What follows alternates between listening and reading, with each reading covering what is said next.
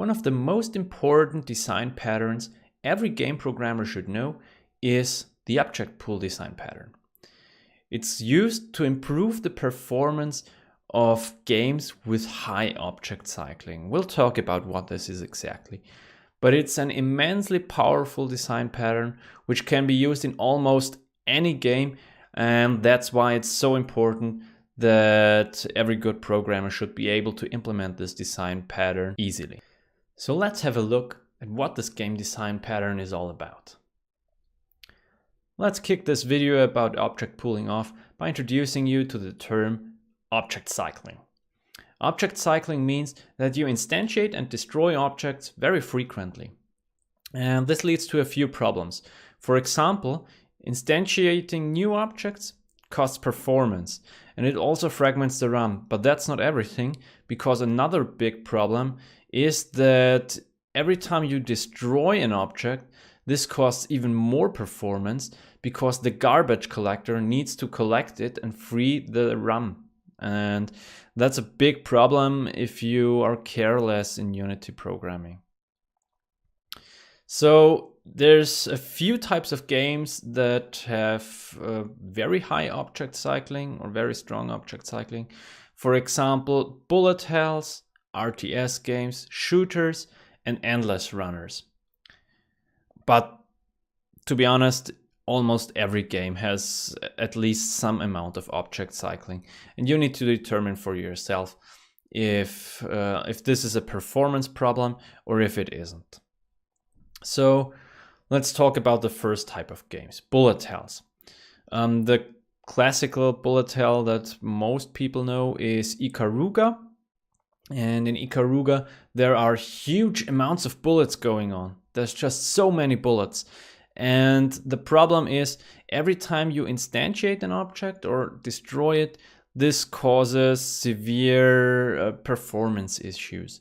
So if you want to improve your performance, you should start by doing something about the bullets.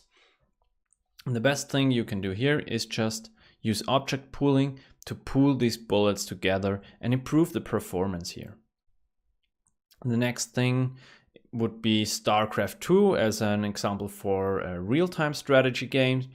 In real-time strategy game, you usually have huge amounts of the same type of unit, and this also causes quite some object cycling, because every time a unit dies and every time a new one is built, you destroy or instantiate a new game object, which causes always garbage and also fills up your RAM and causes performance issues. The next thing are, of course, shooters like Overwatch. Every bullet you shoot just needs to be instantiated and destroyed. This can be also improved by this design pattern. And lastly, endless runners are a very good example, because in endless runners, performance is very crucial, because they're of course on a mobile platform, and that's why squeezing out performance is very important.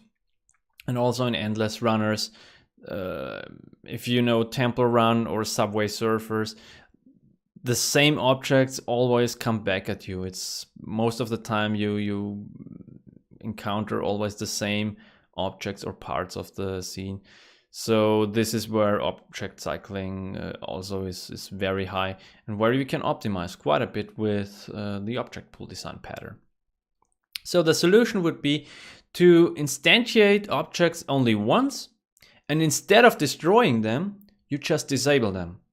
And if you need another instance of this object, you just enable this disabled object again. So you could say you just reuse it.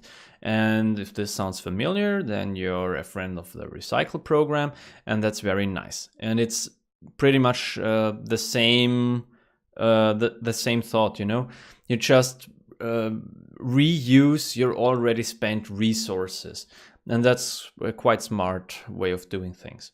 So to do this, we use the object pool design pattern. And you can imagine the object pool something like this.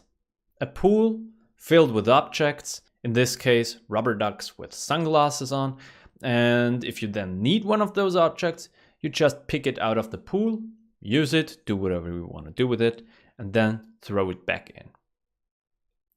So let's look at the pros and the cons of this design pattern.